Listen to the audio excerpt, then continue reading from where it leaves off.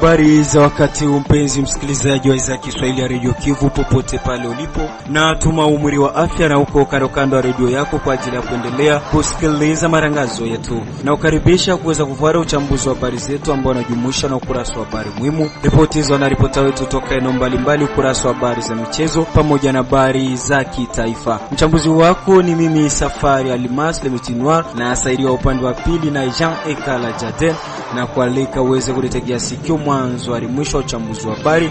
Nasema karibu.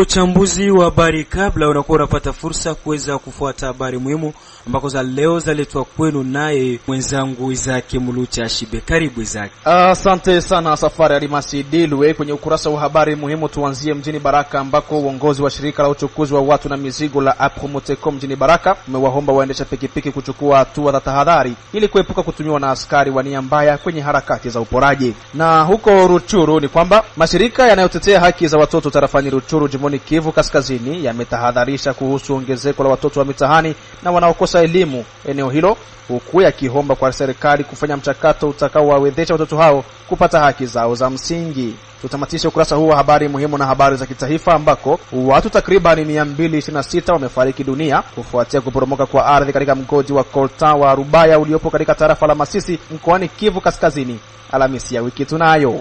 Nikushukuru sana Izaki Mulucha Shibe kwa habari yako muhimu. Msikilizaji, tuanze uchambuzi wetu wa habari tukianzia hapa katika mji wa Baraka ambako ni vifo 336 ndivyo vilivyoorozeshwa kwenye ofisi ya uraia Imaita Civile mjini Baraka kwa mwaka mzima 2025. Takwimu ambayo imetolewa na mkuu kiongozi wa ofisi hiyo wakati wa mahojiano na radio yako. Akizungumza nasi Bwana Mwambi Musema ambaye ni kiongozi wa ofisi ya uraia mjini Baraka ameanza hapa kuonyesha idadi ya vifo alivyoviorozesha. Idadi yote ya vifo ambao tulipata huko na kule ndani ya utafiti wetu, tulipata idadi ya watu 336. Haijalishi haya mengine ambao inaweza ikatutoka, lakini hii ndio hesabu ambao tulipata.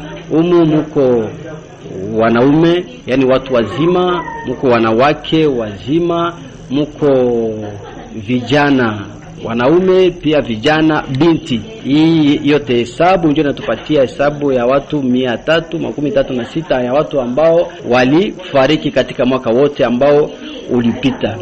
Mtu anafariki ni sheti tujue kwamba ule mtu anapaswa kuorozeshwa. Wakati alikuwa anaishi na hayuko tena, iko tofauti. Ni sheti tujue yule mtu anafariki anafariki vipi, kipi kifanyike kwa kuweza kupiganisha na haya mambo ya vifo.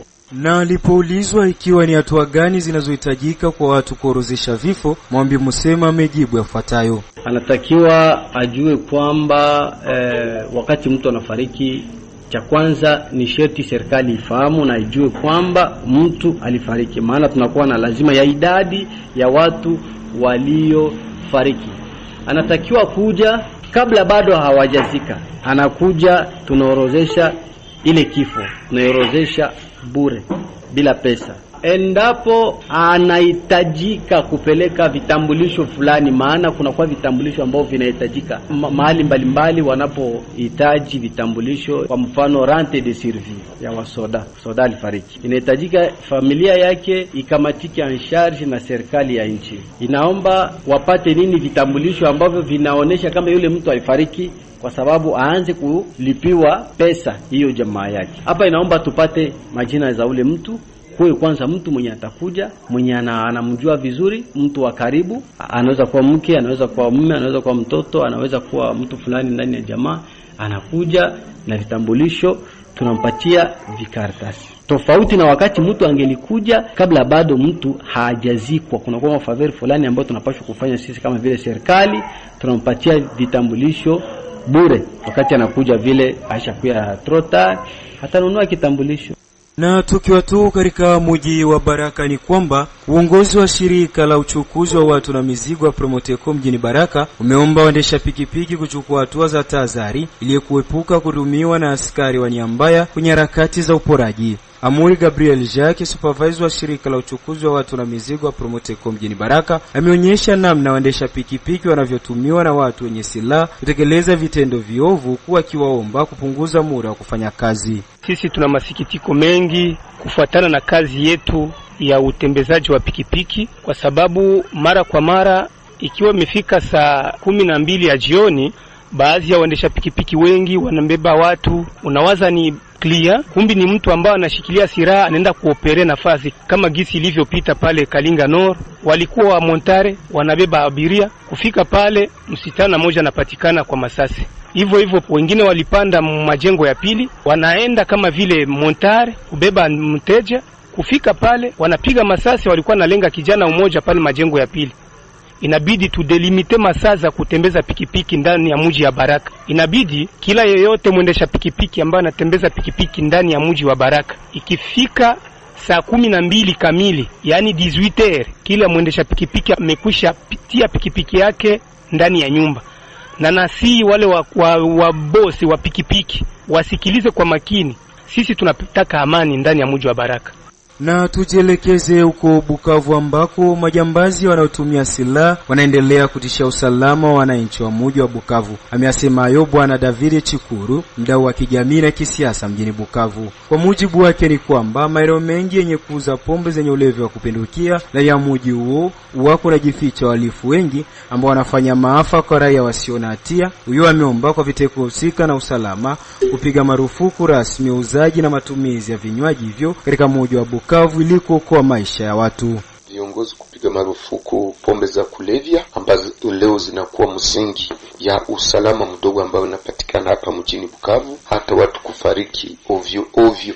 Kuna kundi la watu ambao wanatumia pombe za kulevya huko ngambo ya soko ya Nyawera, ambao unapokuwa usiku jambazi wanafika, kisha wanaingia ndani ya vilabu vya pombe, kisha naenea usiku wanaingia kati ya barabara na kuanza kunyang'anya kila mwenye anapita simu za mkononi, wanalomba pesa, na ile yote inaendelea na kutatiza wakaaji ambao wanapita huko nyuma ya soko ya Nyawera. Tunaomba viongozi wasaidie kabisa kusudi ya kumaliza jambo kama na ile, sababu wakaaji ambao wanapita huko wanapatwa na shida. Kila leo ndio watu wanashambuliwa, hata wenye kuwa na gari nao wanakuwa wahanga wa hiyo usalama mdogo ambao inaletwa na majambazi ambao wanakuwa na mipanga, wengine visu, na wanatumia pia silaha za vita. Tunaomba watusaidie, mewa mji wakamate jukumu za kutoruhusu pombe za kulevya kutumiwa ndani ya mji wa Bukavu, na pia zipite kwenye hiyo tunaita kwenye mipaka hizo pombe, sababu zinamaliza vijana,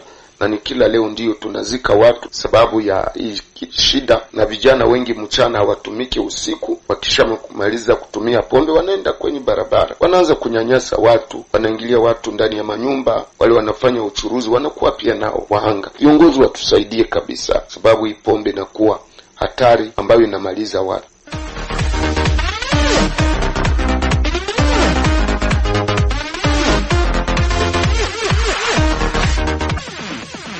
Na kama unavyosikia kipenga tayari kimelia, ni muda mzuri wa kuweza kufuata habari za michezo, ambako klabu ya FC Flambora hapa mjini Baraka iliweza kuendesha kikao kikubwa na wanamemba wake. Nini malengo ya kikao hicho?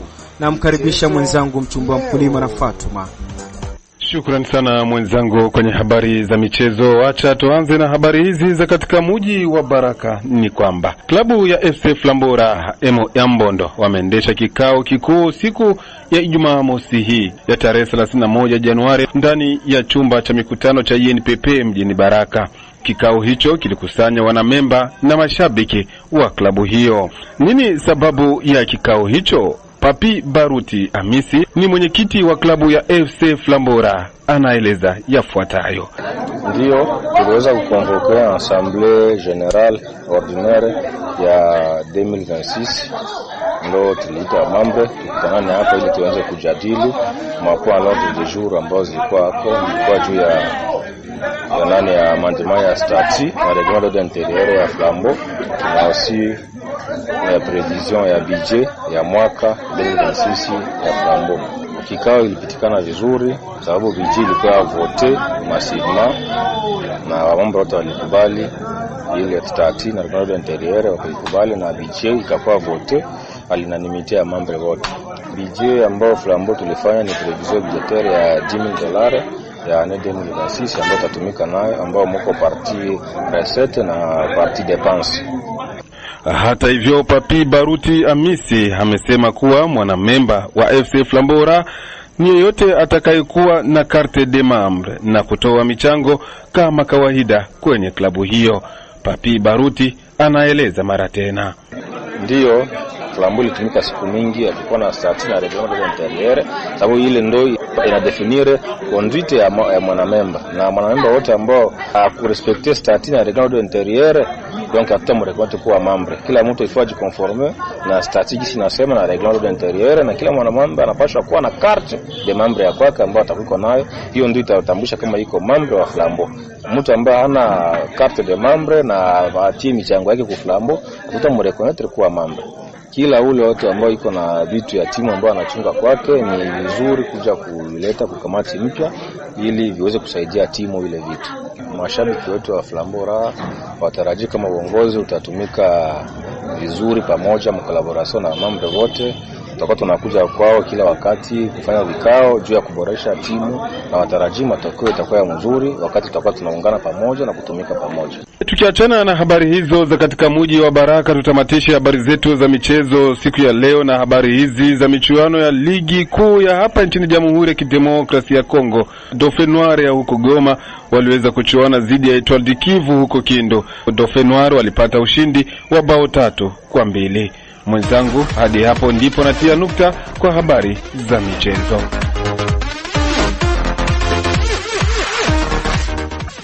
Asante sana mchumbe wa mkulima kwa habari hizo za michezo. Msikilizaji, endapo ndo unakuja kujiunga nasi, nikukumbusha kwamba unaendelea kuitegea sikio za Kiswahili ya Radio Kivu kwa masafa 93.0 FM, na huu ni muda wa uchambuzi wa habari kwa lugha tukufu la Kiswahili.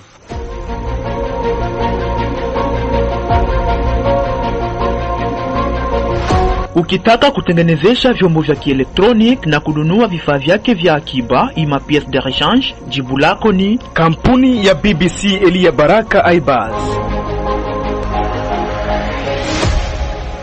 Na tujielekeze huko tarafani Ruchuru ambako shughuli za kibinadamu zimeathiriwa pakubwa na kukarika kwa mitandao ya mawasiliano kwa zaidi ya wiki moja sasa katika tarafa Ruchuru jimboni Kivu ya Kaskazini. Kwa mujibu wa baadhi ya wakaaji wa eneo hilo ni kwamba huduma za kutoa na kupokea pesa zifanyike kabisa. Bwana Jackson Mbula ni katibu mtendaji wa mfumo wa amani, maridhiano na haki, shirika la kibinadamu lenye makao yake makuu Ruchuru, anaonyesha wasiwasi wake juu ya hali ambayo inaathiri pakubwa shughuli za kibinadamu kama anavyoeleza. Wale wafanyakazi kuleta msaada wa kiutu wamekuwa na kukatwa kwa uhusiano wa wenye kuleta msaada na wenye kupokea msaada kwa leo ndani ya tarafa Ruchuru ni jambo ngumu ambalo likmo humo. Jambo lingine ambamo ni shida kubwa, ni vigumu kwetu wafanyakazi wa shirika za kiutu kuweza kufanya ile ambayo tunaita alert ama kitu ambacho kinaomba msaada, pasha habari ya watu ambao wanahitaji msaada wa dharura au msaada wa haraka. Kwa leo haiwezi kuwezekana, watu wanakuwa kama wamekuwa ndani ya kaburi ambamo hakuna tena uwasiliano. Kumbe kitu ambacho tumo ndani leo haiko kitu kizuri, lakini ni kitu ambacho kinasababisha kurudi nyuma kwa maendeleo ya tarafa letu la Ruchuru. Kumbe kwetu mwito kwa wale ambao wana mamlaka na uwezo kurudisha haraka iwezekanavyo mtandao kwa kuweza kusaidia watu ambao wameteseka na vita na kuweza kurudia maisha yao, ambayo itaweza kusaidia waweze kutumikisha mtandao kwa mafaa ya maendeleo ya jamaa, mafaa ya maendeleo ya jamii na kwa mafaa ya msaada wa kiutu.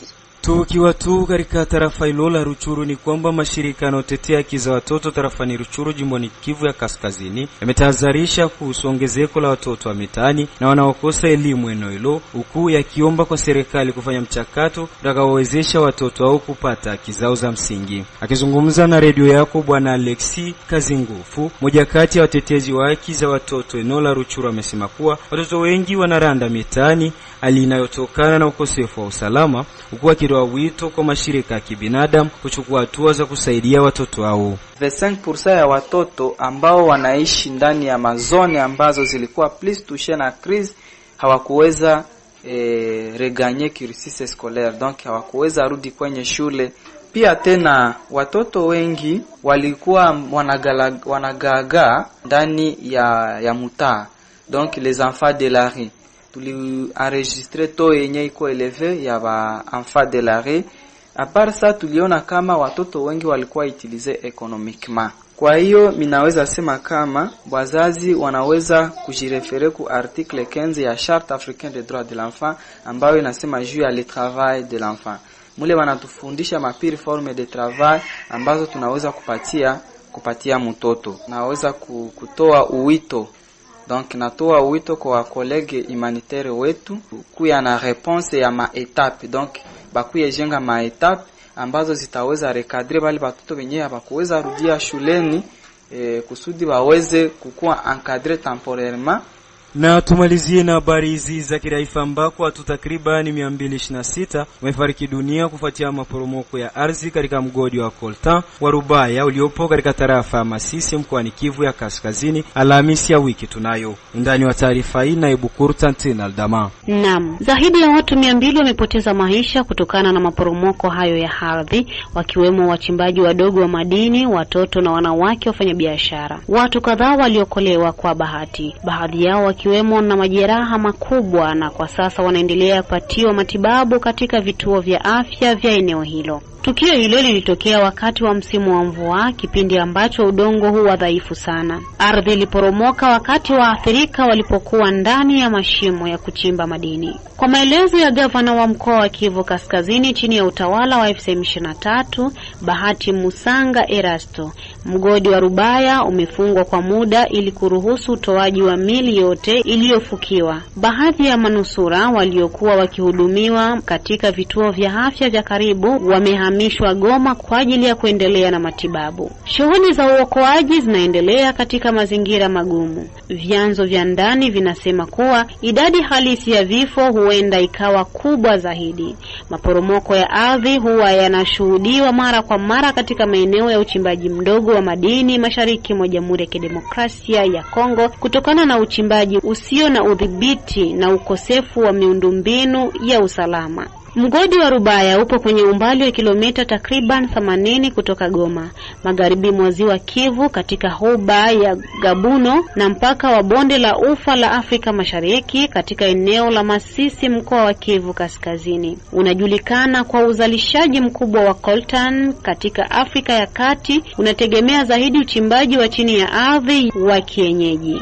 Changamoto za majimaji hidrolojia bado ni kubwa katika eneo hilo. Kila mwaka mafuriko na maporomoko ya ardhi huripotiwa yakisababisha vifo vingi. Ikumbukwe kwamba angalau miili 17 ilitolewa tarehe 19 Juni iliyopita kutoka mashimo ya mgodi wa Bibatama DD3 katika eneo la Masisi kufuatia maporomoko wakati wachimbaji wengi wa kienyeji walipokuwa katika kina kirefu chini ya ardhi. Tangu Aprili mwaka wa 2024, eneo la Rubaya liko chini ya udhibiti wa waasi wa FCM23. Eneo hili linahifadhi moja ya vitu tajiri zaidi vya coltan duniani, likiwa na uzalishaji unaokadiriwa na Umoja wa Mataifa kufika takribani tani 120 kwa mwezi, nyingi zikiwa zinaelekezwa kusafirishwa kwenda Rwanda nchini jirani. Uwepo wa makundi yenye silaha unafanya upatikanaji wa eneo hilo kuwa mgumu sana kwa waandishi wa habari, wachunguzi na mashirika ya misaada ya kibinadamu. Ni kushukuru Bibu Kurtantina Aldamani. Kupitia ripoti yako hiyo ndipo tumefika mwisho wa uchambuzi wa habari zetu siku ya leo. Shukrani kwa wale ambao walitutegea sikio mwanzo hadi mwisho wa uchambuzi wa habari, na shukuru jopo zima la wariri wa habari wa Radio Kivu waliokamilisha uchambuzi wa habari. Aliyokuletea taarifa hizi alikuwa ni mimi Safari Almas. Sina la ziada na kuaga nikisema bye bye.